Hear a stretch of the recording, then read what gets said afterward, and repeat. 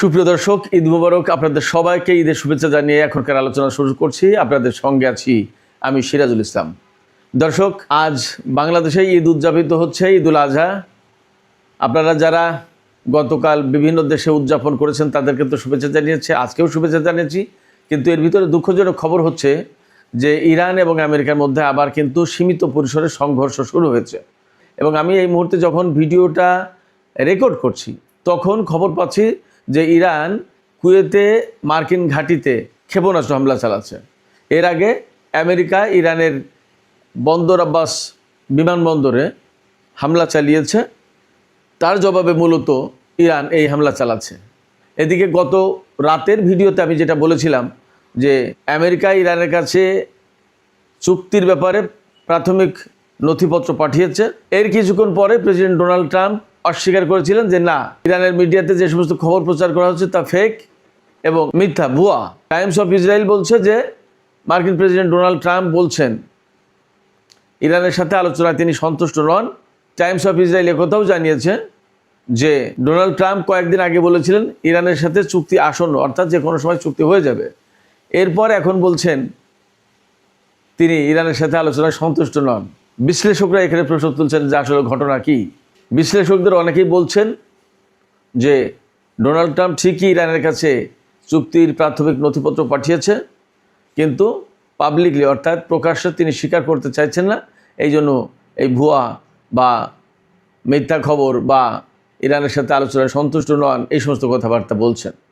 তো দর্শক, এই সমস্ত বিষয় নিয়েই এখনকার ভিডিওতে আলোচনা করব। আশা করি আপনারা শেষ পর্যন্ত সঙ্গে থাকবেন।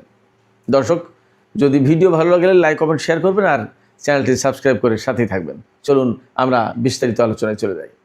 বিস্তারিত আলোচনা আজকের হামলার ঘটনা দিয়েই আমি শুরু করি। ঘটনার সূত্রপাত হচ্ছে গত রাত 1টার দিকে, 1টার পরে পারস্য উপসাগরে হরমুজ এলাকা দিয়ে আমেরিকার একটি তেল ট্যাঙ্কার রেডার সিস্টেম বন্ধ করে দিয়ে হরমুজ প্রণালী পার হওয়ার চেষ্টা করছিল, কিন্তু ইরানের আইআরজিসি ঠিকই ধরে ফেলেছে। তাদের নজরদারিতে ঠিকই চলে আসে এবং ওই তেল ট্যাঙ্কারে আগে হুঁশিয়ারি উচ্চারণ করে না শোনার পরে তেল ট্যাঙ্কারে হামলা চালিয়েছে। গুলি চালিয়েছে নাকি ক্ষেপণাস্ত্র মেরেছে না ড্রোন দিয়ে হামলা চালিয়েছে এটা পরিষ্কার না, হামলা চালিয়েছে এবং জাহাজে আগুনও ধরে যায়। এরপরে আমেরিকা ইরানের বন্দর আব্বাসের বিমানবন্দরের এলাকায় হামলা চালায়। আমেরিকা দাবি করছে সেটা ইরানের সামরিক স্থাপনা বা ক্ষেপণাস্ত্র লঞ্চার ছিল।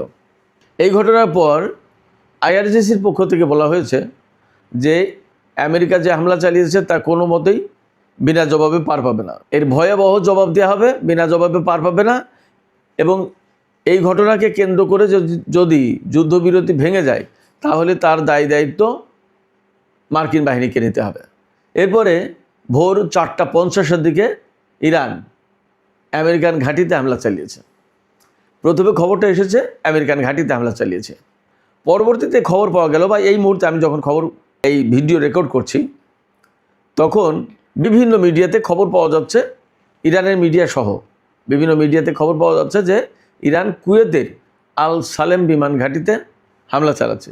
এই আল সালেম বিমান ঘাঁটিতে কিন্তু আমেরিকার বিরাট বড় ঘাঁটি আছে এবং এটা মার্কিন সামরিক বিমান ঘাঁটি বেসিক্যালি। তো এই আল সালেম বিমান ঘাঁটিতে ইরান হামলা চালাচ্ছে, মূলত হামলায় ব্যবহার করছে ব্যালিস্টিক মিসাইল। আজকের এই হামলা পাল্টা হামলার ঘটনায় মোটামুটি বোঝা যাচ্ছে যে ইরান অবশ্যই জবাব দেওয়ার জন্য প্রস্তুত রয়েছে। আবার যদি যুদ্ধবিরতি আমেরিকা চালিয়ে যায়, যুদ্ধবিরতি ইরান চালাবে। আবার আমেরিকা যদি ইরানের সাথে কূটনৈতিক তৎপরতা চালায় বা চুক্তি করতে চায় তাহলে সেটার জন্য ইরান প্রস্তুত আছে। যে কথা গত কিছুদিন ধরে ইরান বারবার বলে আসছে যে তারা সব কিছুর জন্যই প্রস্তুত। আমরা আজকে তারই প্রমাণ পেলাম। এর আগে গতকাল ইরানের বন্দর আব্বাস এলাকায় আমেরিকা হামলা চালিয়েছিল এবং হরমুজ প্রণালীর ওখানে দুটো আইআরজিসির দুটো স্পিড বোটে হামলা চালিয়েছে, তাতে 3 জন মারা গেছিল। আজকে আমেরিকা যে হামলা চালিয়েছে বন্দর আব্বাস এলাকার যে বিমানবন্দরে, সেখানে কোনো ক্ষয়ক্ষতি বা হতাহতের ঘটনা ঘটেনি। যাই হোক, ইরান পাল্টা জবাব দিয়েছে এবং বেশ ভালোভাবে জবাব দিচ্ছে, এটা পরিষ্কার বোঝা যাচ্ছে। এবং কুয়েতের আকাশে মূলত এয়ার ডিফেন্স সিস্টেম অ্যাক্টিভ করা হয়েছে। ইরানের ক্ষেপণাস্ত্র বা ড্রোন যা দিয়ে হামলা চালাক, ইরান তো ব্যালিস্টিক মিসাইল দিয়ে হামলা চালাচ্ছেই, এর সাথে যদি ড্রোনও ব্যবহার করে এগুলোকে ভূপাতিত করার জন্য এয়ার ডিফেন্স সিস্টেম অ্যাক্টিভ করা হয়েছে। বাট কতদূর কী করতে পেরেছে এখনও সেই বিস্তারিত খবর পাওয়া যায়নি। তবে ইরান আমেরিকাকে একেবারে পরিষ্কার বার্তা দিয়েছে যে কোনো হামলার পাল্টা এবং ভয়াবহ জবাব হবে, আর যুদ্ধবিরতি ভেঙে গেলে আগ্রাসীদেরকেই তার দায়িত্ব নিতে হবে। এদিকে গত রাতে যে খবর বেরিয়েছিল যে ইরানের কাছে আমেরিকা শান্তি চুক্তির জন্য যে প্রাথমিক নথিপত্র এগুলো পাঠিয়েছে, সমঝোতায় যে সই করতে হবে সেগুলো পাঠিয়েছে, এই খবর ছড়িয়ে পড়ার সাথে সাথে কিন্তু আমেরিকার যারা হকিস যুদ্ধবাদ যারা ইসরায়েলপন্থী এবং ইসরায়েলে ব্যাপক তোলপাড় সৃষ্টি হয়, তারা অবাক হয়ে যাচ্ছিল যে সমস্ত শর্তে ইরানের সাথে আমেরিকা চুক্তি করতে যাচ্ছে, এই শর্ত তো মেনে নিলে আমেরিকার চরম পরাজয় এবং ইসরায়েল ভীষণভাবে অনিরাপদ হয়ে পড়বে। এবং ইসরায়েলের যে বক্তব্য এতদিন ধরে যে ইরানের হাতে পরমাণু কর্মসূচি থাকা বা সমৃদ্ধ ইউরেনিয়াম থাকা মানেই হচ্ছে ইসরায়েলের জন্য সেটা ব্যাপক নিরাপত্তাহীনতা। তো সেই সমস্ত সব কিছু থাকার পরেই তো আরও ইরানের কঠিন শর্ত মেনে আমেরিকা চুক্তি করতে যাচ্ছে। তাহলে এই চুক্তি কি ফল বয়ে আনবে এবং এটা তো বিপদের কারণ হবে। এরকম করে কথা বলার পর রিয়াকশন আসার পর মূলত আমেরিকা বা প্রেসিডেন্ট ডোনাল্ড ট্রাম্প তাৎক্ষণিকভাবে বিবৃতি দেন যে ইরানের মিডিয়াতে যে খবর প্রচার হয়েছে এটা ভুয়া খবর, ফেক নিউজ, এটা প্রকৃতপক্ষে সত্য না, আমরা ইরানের সাথে এখনই কোনো চুক্তির কথা ভাবছি না। পরবর্তীতে তিনি এমন কথাও বলেছেন, টাইমস অফ ইসরায়েলে খবর এসেছে যে ইরানের সাথে আমেরিকার যে আলোচনা হয়েছে তাতে ডোনাল্ড ট্রাম্প সন্তুষ্ট না। ডোনাল্ড ট্রাম্প যদি সন্তুষ্ট না হবে তাহলে তিনি কী করে কয়েকদিন বলে আসছেন ইরানের সাথে যে কোনো মুহূর্তেই চুক্তি হয়ে যাবে, চুক্তি আসন্ন? এই প্রশ্নের জবাব কিন্তু প্রকৃতপক্ষে নেই। আবার এটাও ঠিক, ইরানের পক্ষ থেকে আগেই পরিষ্কার করে বলা হয়েছে যে ডোনাল্ড ট্রাম্পকে সন্তুষ্ট করার দায়িত্ব বা কাজ ইরানের না। ইরান স্বচ্ছ এবং পরিষ্কার পরিচ্ছন্ন অবস্থানের ভেতর দিয়ে আমেরিকার সাথে চুক্তি করতে চায়, যদি আমেরিকা চুক্তি করে, আর যদি না করে তাহলে যুদ্ধ, অথবা আমেরিকা যে পথ বেছে নেবে সেই পথ বেছে নিতে ইরান প্রস্তুত, একদম পরিষ্কার করে বলেছে। সেই জায়গায় ডোনাল্ড ট্রাম্প যদি এই চুক্তি দিয়ে লুকোচুরি খেলেন, সেটা ডোনাল্ড ট্রাম্পের ব্যাপার, এর সাথে ইরানের সম্পর্ক নেই। ইরানের সাথে তার আলোচনা হয়েছে এবং খুব কাছাকাছি চুক্তি, এই কারণেই এত কিছু। এবং এই প্রক্রিয়ার সাথে জড়িত পাকিস্তান, সৌদি আরব, কাতার, তুরস্ক, মিশর, তারপরে জর্দান, সবাই। সেই জায়গায় যদি এখন ডোনাল্ড ট্রাম্প বলে যে তিনি ইরানের সাথে আলোচনায় সন্তুষ্ট নন, তাহলে তিনি বলতেই পারেন। এবং দেখা গেল যে চুক্তি একদম হওয়ার কাছাকাছি, এই অবস্থায় যদি ডোনাল্ড ট্রাম্প চুক্তি ভেঙে দেন তাও দিতে পারেন। আবার যদি এমন হয় যে ইরান এবং আমেরিকার মধ্যে চুক্তি হলো, ডোনাল্ড ট্রাম্প তাতে সই করেছেন, তার এক সপ্তাহ পরে বা 5 দিন পরে বা 3 দিন পরে গিয়ে বলছে যে না, এই চুক্তি মানি না, চুক্তি বাতিল, তাও করতে পারে, অসম্ভব কিছু না। Everything is possible for mister Donald Trump. ট্রাম্পের পক্ষে সমস্ত সব কিছু সম্ভব, তার পক্ষে অসম্ভব কিছু না। এদিকে আরেকটি খবর শুনলাম, ইরানের উপর যে আমেরিকা গতকালকে হামলা চালিয়েছিল, এর জবাব না দেওয়ার জন্য চীন ইরানকে অনুরোধ করেছিল। আমি জানি না কেন চীন অনুরোধ করেছে, তবে আমি ধারণা করি যে একটা চুক্তির সম্ভাবনা যদি থেকে থাকে তাহলে যুদ্ধ করার প্রয়োজনে, কারণ এই চুক্তির ভেতর দিয়েই আমেরিকার পরাজয় একদম চরমভাবে প্রতিষ্ঠা হয়ে যাবে। অর্থাৎ পরাজয়ের কফিনে একবার শেষ ব্রেক ঠুকে দেওয়া হবে যদি চুক্তি হয়। তো যদি চুক্তি হয় তাহলে আর যুদ্ধ করার দরকার কি? হয়তো চীনের অবস্থানটা এমন হতে পারে। এবং ইরানও অনেকটা ধৈর্য ধরেছিল, কিন্তু আজকে যখন হরমুজ প্রণালী দিয়ে তারা ইরানের অথরিটিকে ইগনোর করে জাহাজ ভরে তেল নিয়ে যাচ্ছে, তখন কিন্তু ইরান সেটাকে ছাড়েনি। এখানে না ছাড়ার পেছনে মূলত দুটো কারণ। একটা হচ্ছে যে হরমুজে অবরোধ ইরানও দিয়েছে, আমেরিকাও দিয়েছে। ইরানের অবরোধ অমান্য করে মার্কিন জাহাজ চলে যাবে, আর মার্কিন অমান্য করে ইরানের জাহাজ চলতে পারবে না, সেটা তো হতে পারে না। এই জন্য এই কাজ করলো।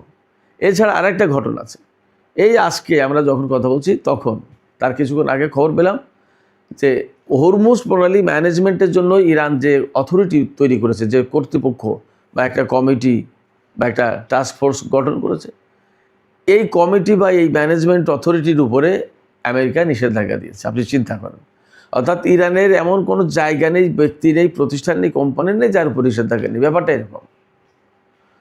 তো এটা স্বাভাবিকভাবে ইরানের তাতে মেজাজ খারাপ হতেই পারে, কারণ যে দেশের সাথে চুক্তি হয়ে যাচ্ছে, তারা কাগজপত্র পাঠিয়েছে, এরপরে যদি ইরানের কোনো অথরিটির উপর বা প্রতিষ্ঠানের উপর তারা নিষেধাজ্ঞা দেয়, তাহলে সেটা আসলে গ্রহণ করা যায় না। ইরান আমেরিকার ওই জাহাজের উপর হামলা চালিয়েছে আরও যে কারণ, তার সাথে এটাও আর একটা কারণ যে ইরানের উপর তারা এই আজকেও নিষেধাজ্ঞা আরোপ করলো।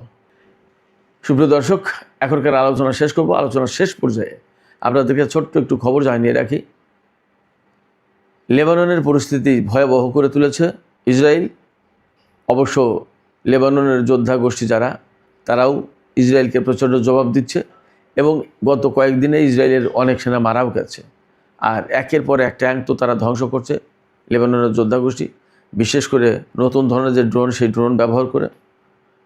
ইসরায়েলেও সেখানে হিমশিম খাচ্ছে। তবে ইসরায়েল যেহেতু বিমান হামলা চালায়, সেক্ষেত্রে দক্ষিণ লেবাননের বিভিন্ন শহরে, তাইরা শহর থেকে শুরু করে বিভিন্ন শহরে আজকে প্রচণ্ড রকমের হামলা হয়েছে। ঈদের জামাতে তুরস্কের প্রেসিডেন্ট রজব তাইয়িপ এরদোগান ইসরায়েলের প্রধানমন্ত্রী বেনিয়ামিন নেতানিয়াহুর বিরুদ্ধে বেশ কড়া বক্তব্য রেখেছেন। তিনি বলেছেন, গাজায় যে হামলা চালিয়েছে, যে ধ্বংসযজ্ঞ চালিয়েছে, তার জন্য নেতানিয়াহুকে পরিণতি ভোগ করতে হবে। খুব শিগগিরই সে খারাপ পরিস্থিতির ভিতরে পড়বে। তাকে স্বৈরতান্ত্রিক, স্বৈর শাসক বলে আখ্যায়িত করেছেন। মিস্টার এরদোগানের এই কড়া বক্তব্য আমার ভালো লেগেছে, কিন্তু আমার ভেতরে প্রশ্নও আছে। আসলে তুরস্ক ইসরায়েলের বিরুদ্ধে কী করবে? রজব তাইয়িপ এরদোগানের সরকার তো বহুদিন ধরে ক্ষমতায়। ইসরায়েলের বিরুদ্ধে আসলে কী করেছে? বড় কিছু করতে তো আমরা আজ পর্যন্ত দেখলাম না, শুধু এরকম জোরালো বক্তব্য দিয়ে গেল। সেক্ষেত্রে রজব তাইয়িপ এরদোগান আসলে কী অ্যাকশান নেন, সেটা আমি মনে করি যে আমি সহ বিশ্বের বহু মানুষ দেখার অপেক্ষায় থাকে যে আসলে এরদোগান ইসরায়েলের ব্যাপারে কী ভূমিকা, কার্যকর কী ভূমিকাটা নেন। আমরা এখনও অপেক্ষায় থাকলাম তুরস্ক আসলে কী করে সেটা দেখার। তো সুপ্রিয় দর্শক, এখনকার আলোচনা এখানে শেষ করতে চাই। যাবার আগে আপনাদের কাছে মতামত জানতে চাই। এই যে আমেরিকা এবং ইরানের ভিতরে সীমিত পরিসরের সংঘর্ষ হলো, গতকালকেও কিছুটা হয়েছে, তাতে কি আপনাদের মনে হয় বা আপনারা কি আশঙ্কা করছেন যে এই যুদ্ধবিরতি চুক্তি ভেঙে যেতে পারে এবং দুই দেশের মধ্যে যে শান্তির জন্য একটা চুক্তি সমঝোতা হতে পারত, তা কি আর হবে না? কি মনে হয় আপনাদের? আপনাদের মতামত কমেন্টে জানাতে পারেন। আর ভিডিও ভালো লাগলে লাইক, কমেন্ট, শেয়ার করবেন এবং চ্যানেলটি সাবস্ক্রাইব করে সাথেই থাকবেন। সুপ্রিয় দর্শক, এখনকার আলোচনা এখানে শেষ করছি। আল্লাহ হাফেজ।